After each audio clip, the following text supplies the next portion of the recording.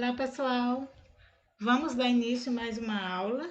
Hoje a gente vai estar falando sobre a história do surdo. Vamos conhecer mais, tá? Ver como aconteceu e como tudo evoluiu, certo? Então, vamos fazer aqui um breve histórico das práticas sociais, tá? Então, desde a Idade Antiga, na Grécia e Roma, até a Idade Contemporânea, tá? Na Idade Antiga, na Grécia, a sociedade pautada nos valores da estética, dos efeitos heróicos, né? E guerra. Então, nessa época aí, o surdo, ele era visto como animais, né? Como eles não ouviam, era surdo, eles não tinham direito de ser ensinados, então eles não adquiriam conhecimentos, tá? E aí eles eram jogados do alto de rochedos, então era excluído, tá? Jogado fora. E aí vem aqui na época do cristianismo, né, a Idade Média, já voltando um pouquinho aqui na Idade Antiga, no Egito também acontecia o quê? Os surdos, eles eram vistos como deuses, né, sendo respeitados pela população. Já na cultura chinesa, eles eram lançados no mar. Os romanos, ainda na Idade Antiga, o surdo não tinha direito na herança, né? Eles não herdavam nada do familiar, então também era excluído, tá? E Roma, o que acontecia em Roma? Eles serviam à corte, tá? Então era conhecido como o bobo da corte, o surdo, porque ele era surdo, então eles eram serviçais, tá? E aqui na Idade Média, no cristianismo, houve nessa época o cristianismo e a Inquisição, né? Onde a Igreja Católica, ela era a principal organizadora política, econômica da época, tá? E mantinha as instituições, até esses abrigos por troca de indulgências, né? E aí, passando para a Idade Moderna, no Renascimento, né? Ideias reformistas, monitorando o desenvolvimento da ciência, já começou a entrar a questão da ciência, as descobertas, né? Só que na Idade Moderna, a filosofia educacional era o oralismo, tá? Que tem como objetivo o oralismo principal o ensino da língua oral, sem o auxílio da língua de sinais. Então, nessa época aí, o surdo, eles queriam que o surdo oralizasse, né? Então, como que ele iria oralizar se ele não escutava? Então, ele não fala, o surdo não fala porque ele não escuta. E já na idade contemporânea, né, foi o alto grau do desenvolvimento tecnológico, veio a comunicação globalizada, né?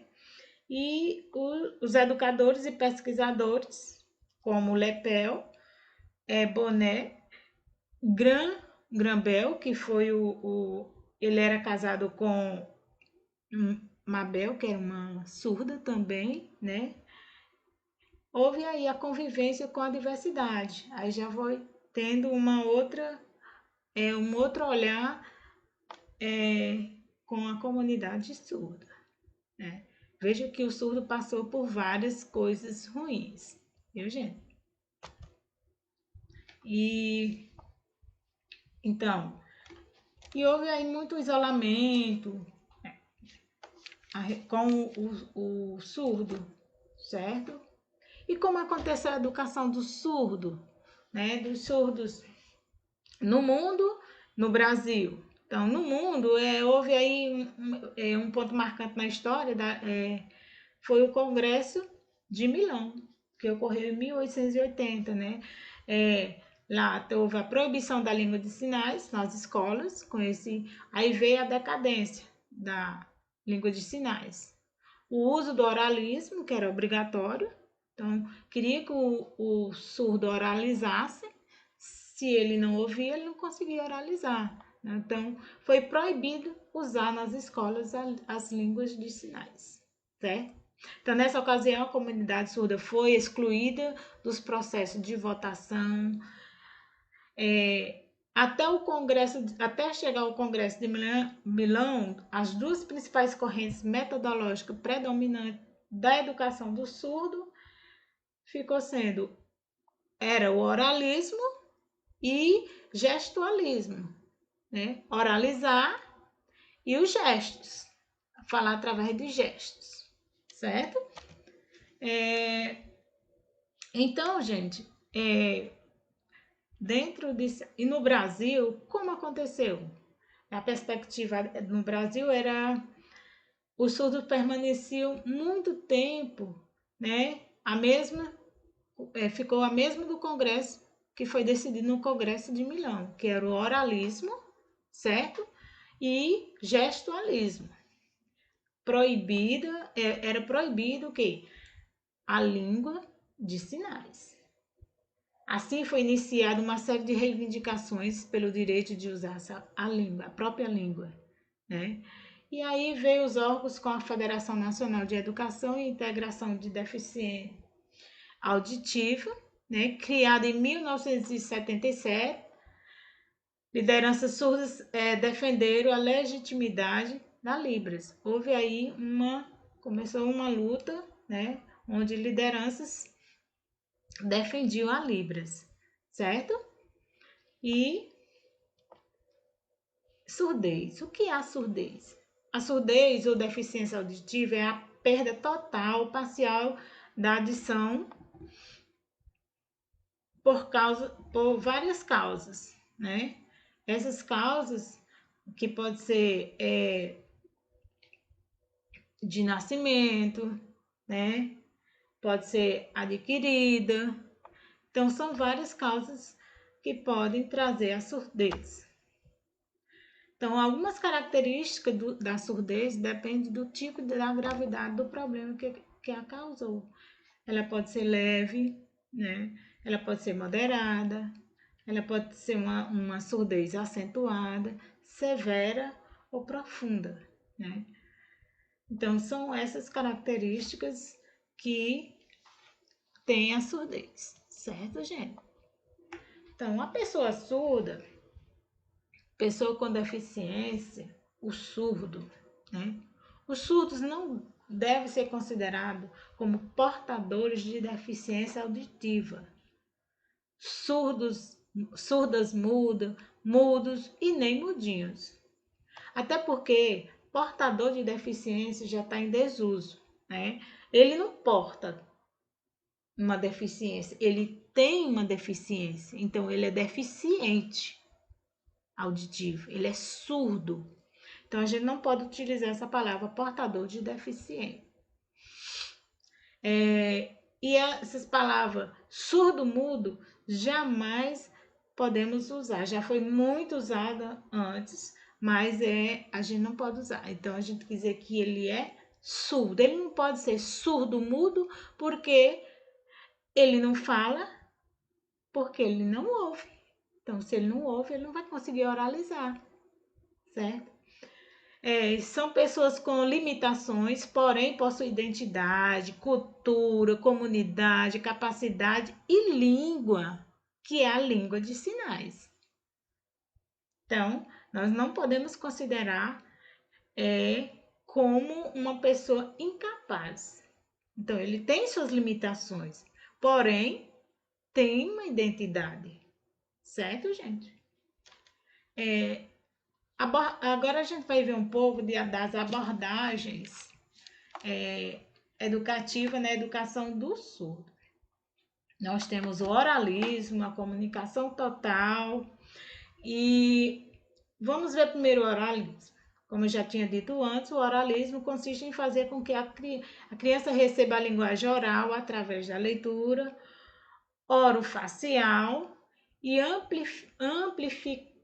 amplificação sonora, né? Som alto, fala alto, enquanto se expressa através da fala. Então, o gesto, a língua de sinais e o alfabeto digital era expressamente proibido. Então, não poderia. A comunicação total defendia a utilização de recursos espaço-visual, né, com facilitadores da comunicação. Os surdos podem expressar as modalidades que preferirem, leitura orofacial, língua de sinais e o alfabeto digital. Então, já na comunicação total já houve essa mudança, né? O bilinguismo. O que é o bilinguismo? Propõe capacitar a pessoa com surdez para a utilização de duas línguas no cotidiano escolar e na vida social. Então, ele ser bilíngue, né? O bilinguismo, usar a língua de sinais e a língua da comunidade ouvinte.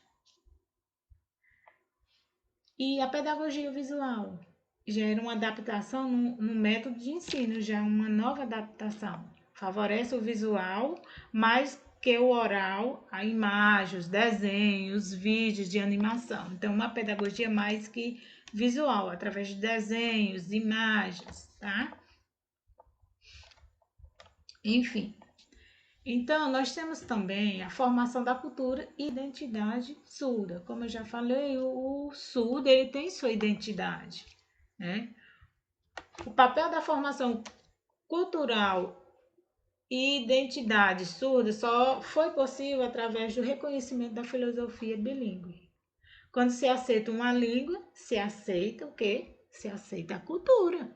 Então, a cultura se expressa através da linguagem, dos juízos de valor, da arte, das motivações. As pessoas surdas veem o mundo de maneira diferente, com experiências visuais, tá? Então, o surdo, ele tem sua identidade, é surdo, certo? Então, gente, por aqui a gente fica com a nossa aula. Como eu falei, essas duas unidades, a gente tá falando mais um pouco da história, dos acontecimentos, tá? As próximas unidades 3 e 4 a gente vai falar da lei e aí a gente vai falar um pouco sobre trabalhar um pouco, fazer alguns sinais, tá? Então, até a próxima.